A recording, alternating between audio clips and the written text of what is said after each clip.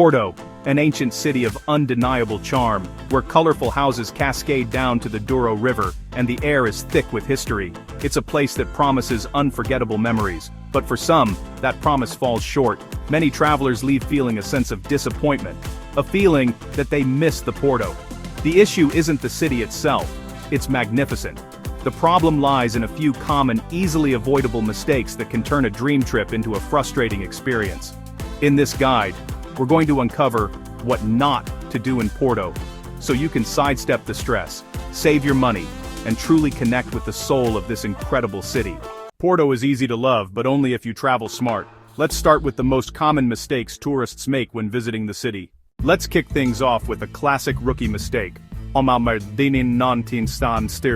Falling for the allure of a cheap stay far from the city center. It's a tempting trap. You're scrolling through booking sites, and your eyes light up when you see those significantly lower prices for a hotel or an Airbnb in the outskirts. It feels like a savvy travel hack, a smart way to stretch your budget. You might think, I'll save a good chunk of money here which I can spend on food or experiences. But here's the reality check: that initial saving is often a mirage. What you save in accommodation costs, you start losing in other, less obvious ways.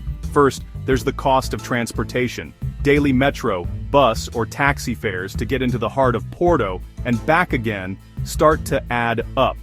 Suddenly that cheap room isn't so cheap anymore. You're not just spending money, you're spending your most valuable asset, time. Think about the hours spent commuting each day. That's time you could have spent sipping coffee at a riverside cafe, getting lost in the Ribera district's charming alleys, or catching a spontaneous fado performance. Instead, you're navigating public transport schedules and waiting on platforms. This daily trek drains your energy, leaving you less enthusiastic for the actual exploring you came to do. The beauty of Porto is its incredible compactness.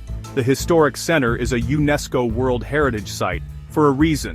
It's a treasure trove of sights, sounds, and flavors, all within walking distance.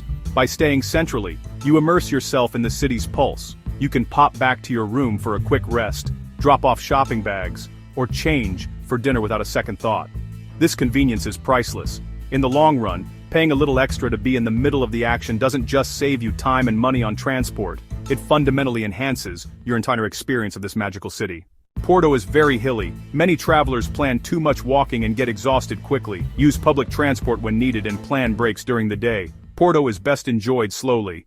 Our third mistake is a trap that's easy to fall into, especially in a city as picturesque as Porto. It's the mistake of only visiting the main tourist areas. Let's be clear, the Ribera district is absolutely stunning, with its colorful stacked houses tumbling down to the Douro River, the historic Dom Luis the Bridge arching across the water, and the traditional Rebelo boats bobbing at the docks. It's the postcard image of Porto for a reason. It's vibrant, it's historic, and you should definitely experience it, but Porto is so much more than just Ribera. If you spend your entire trip within this tourist-centric bubble, you're only seeing one facet of the city's diamond. You'll be navigating through crowds, surrounded by souvenir shops and restaurants with generic multi-language menus.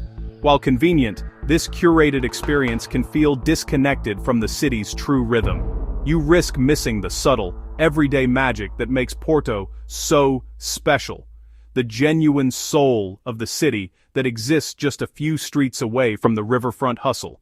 To find it, you need to venture out. Break away from the river and explore the city's diverse neighborhoods, or head to Terafeta, the arts district, where you'll find independent galleries, concept stores, and cool cafes.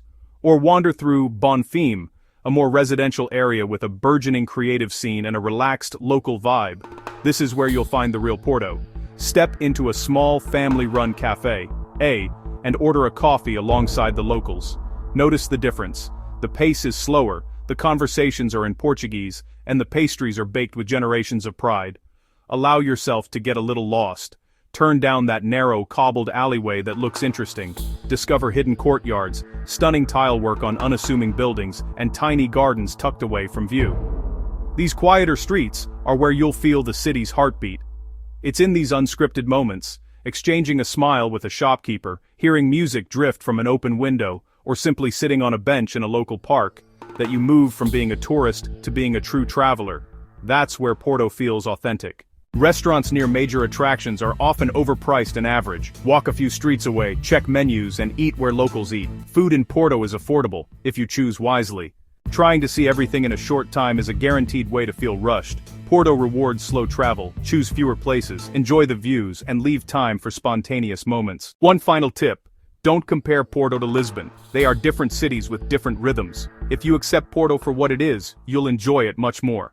If you want to travel smarter and avoid common tourist mistakes, subscribe to the channel. In the next videos, we'll explore more European cities with real tips and honest advice.